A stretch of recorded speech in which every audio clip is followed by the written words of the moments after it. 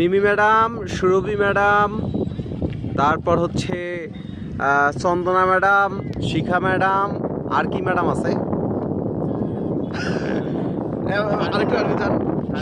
Sharmin madam, তারপরে আসলে এবার টুকু স্যার, সালমা ম্যাডাম, আর কেটা টুকু sir, Nishad sir, Nurul Hasan sir, আর হলো হুজুরের নাম কি, হুজুর স্যার।